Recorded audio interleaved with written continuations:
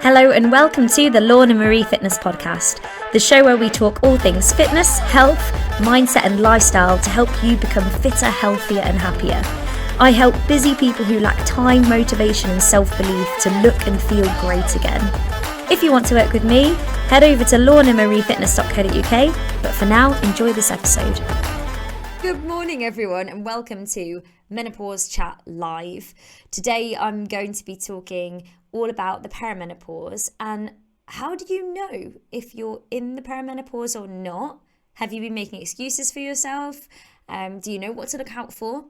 We'll also be talking about two of the main symptoms that we've been chatting about in our 4-week menopause reboot group, which you should totally join, by the way. We're just giving information about the course that's starting on the 25th, and then we're going to begin the course on the 25th. But up until then, everyone's free to join the group.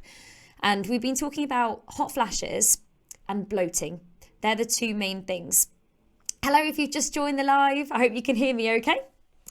Now, if you hear some weird noises while this is going on, by the way, we are getting our boiler fixed and we've been without heat for about a week now.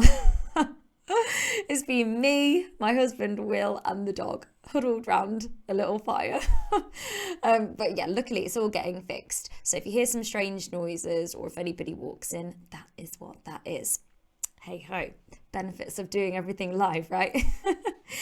So let's go with the first thing, which is, do I know if I'm even perimenopausal? So you tend to hit this stage, perimenopausal stage, which is the stage when your periods become irregular and it's leading up towards the menopause, which is technically where you have not had a period for 12 months or a year. This tends to happen between the ages of about 45 to 55, but of course it can go younger than that. It's really quite common to go through the perimenopause in your early 40s and sometimes even late 30s, and it can also go beyond that into your 60s too. So it really just does depend. It depends on the person. Now, if you've been experiencing mood swings, or you've been feeling really fatigued, really tired, maybe your sleep has been really disrupted recently, maybe you've been feeling a little bit anxious, maybe you've been really irritable, having mood swings, these are all signs of the perimenopause.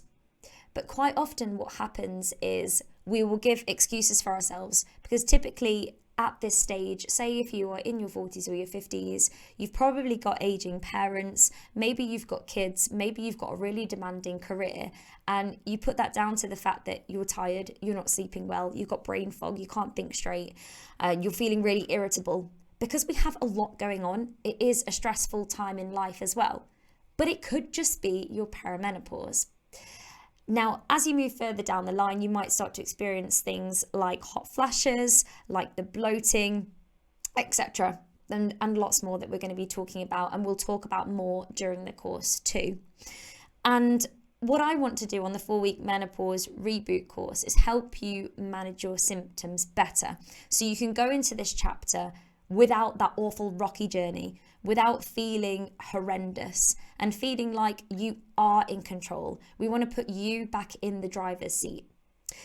So that's that. So maybe that's giving you a bit of food for thought. Maybe you're thinking now, oh my gosh, maybe that is me. Maybe I am actually going through the perimenopause. And if you are, come and join the group. Come and join the group, get more information. And even if you're not sure if you have hit that stage or not yet, it could just give you the tools to best manage when you do. And beyond, actually. We're giving you the tools and the pathway and the guidance and the education to not just manage your perimenopausal symptoms, but be able to manage and cope beyond as well. Now, let's move on to those two main symptoms I was talking about at the beginning, the hot flashes and the bloating.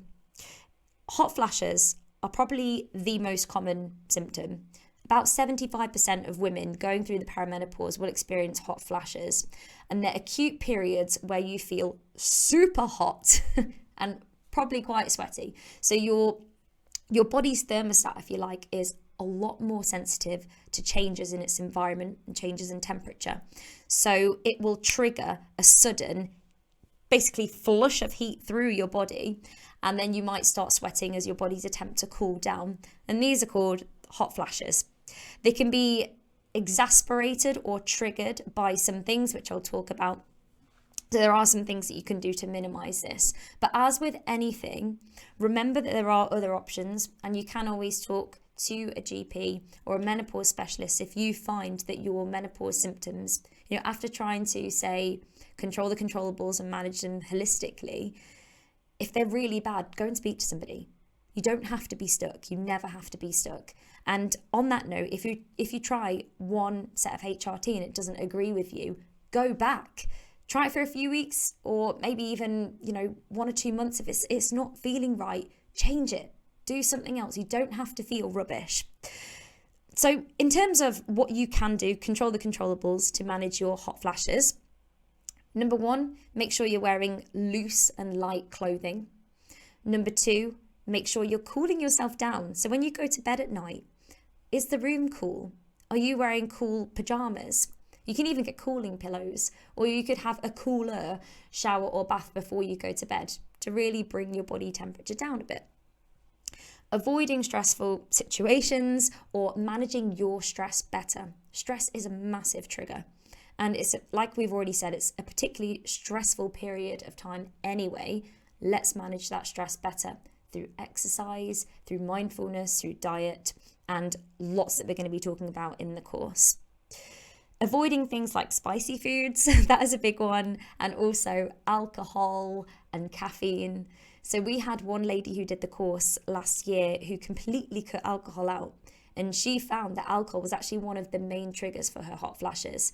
So it's good to know, it's good to try these things, and at the end of the day, we just want you to feel better and feel like you are in the driver's seat and in control.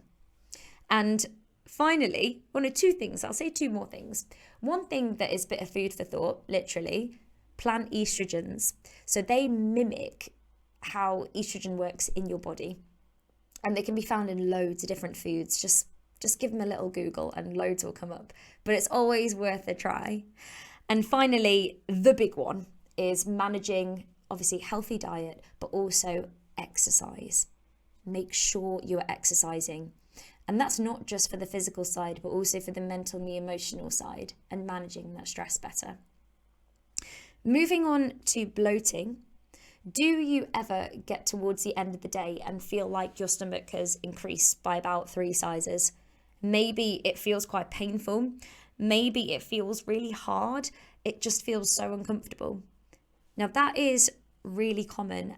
And the reason for this, or one of the reasons, is a decline in estrogen actually slows down and makes your digestion really sluggish. So you have really sluggish digestion to the point where your body might start basically the digestion process within the digestion tract. So it might start fermenting within the digestion.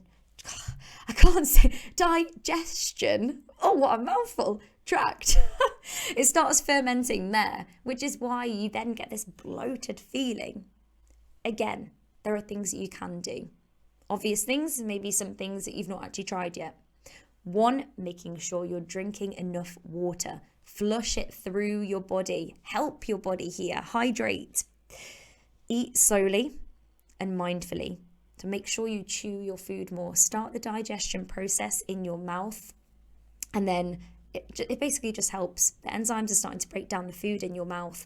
Allow your digest. I can't say the word. Digestive system. A bit of a rest, a bit of a break. Give it a hand. Also, eating mindfully. Actually focusing on your foods. Sitting away from your desk. How many of us eat in front of the telly or eat in front of a laptop or doing something else at the same time? Don't. Let your body digest your food. I'm having a really hard time with that word today. I will practice. Stress. Another huge one for bloating. Definitely. I mean, you can understand kind of the brain-gut connection when you've ever felt nervous about something. Whenever you felt worried, immediately you can feel it, can't you? You can feel it in your stomach, feel it in your digestion. So manage your stress. Exercise, huge one for that. And also learn your food triggers. So what sets this off? You could write a food diary and write down what you ate and how you felt after it. and learn what's actually firing and triggering this off. We are going to do loads of this in the course. So if you are interested in joining us, if you are not watching this in the menopause group, because check me out, I've gone live over a few different groups. How cool is that? If you're not watching this in the menopause group, make sure you click to join the group.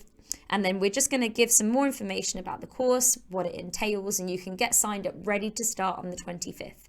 But if you haven't signed up by the 25th, unfortunately, you're going to get booted out. But until that point, just join the group and find out more info. And we will be starting on the 25th of Feb in a Facebook group, in the 4-Week Menopause Reboot Facebook group, and we'll be starting together. You'll have the support of me, but also of lots of other women who are going through the same thing as you. And you can all help each other, maybe, exchange coping strategies, talk about what you've been going through. I'm going to give you loads of tips on how to best manage all those different menopause symptoms and how you can feel better and thrive in this time of life. So if you are ready to join us, please do come and join that group. Share it with your friends, share it with anyone who you think might be struggling or going through the perimenopause right now, because quite honestly, the more people we can help, the better. So I hope that was useful. And in the meantime, if you've got any questions or anything at all about the course or about what I do or about what I've said, please do get in touch with me, either on Facebook, on Instagram at Lorna Marie Fitness Official, or just send me an email, lorna@lornamariefitness.co.uk, and I'll be more than happy to help. Anyway, enjoy the rest of your day, everybody. Have a good one, and I will see you soon.